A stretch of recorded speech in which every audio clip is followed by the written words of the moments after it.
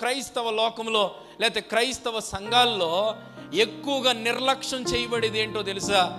దేవుని యొక్క కార్యాలని వివరించడం. నీవు వివరించకుండా ఇతరులకు నీ దేవుడు ఎవరో ఎలా తెలుస్తుంది?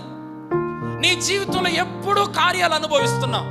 ఈరోజు ఉదయమే నీ పడక మీద నుంచి క్షేమంగా లేచావు కదా, అది అద్భుతం కాదా? నువ్వు లేవగానే నువ్వు శ్వాస తీసుకోగలిగావు, నీ కాళ్ళు పనిచేసాయి, నీ చేతులు పనిచేసాయి, నువ్వు తినగలిగావు, ఇక్కడికి నడుచుకుంటూ రాగలిగావు, కూర్చోగలిగావు. మరి ఇదంతా దేవుని అద్భుతమైన కార్యాలు కాదా? అందుకని కీర్తనాకారుడికి అర్థమయ్యి 40వ కీర్తన 5వ వచనంలో అంటాడు, నీవు చేసిన ఆశ్చర్య కార్యములో లెక్కించదని అనుకుంటున్నా అవి లెక్కకు మించినవై ఉన్నాయి అన్నాడు. ఎందుకని? ప్రతీది కార్యమే నీ జీవితంలో, ఒక్కడి కాదు సుమా, ప్రతీది కార్యమే.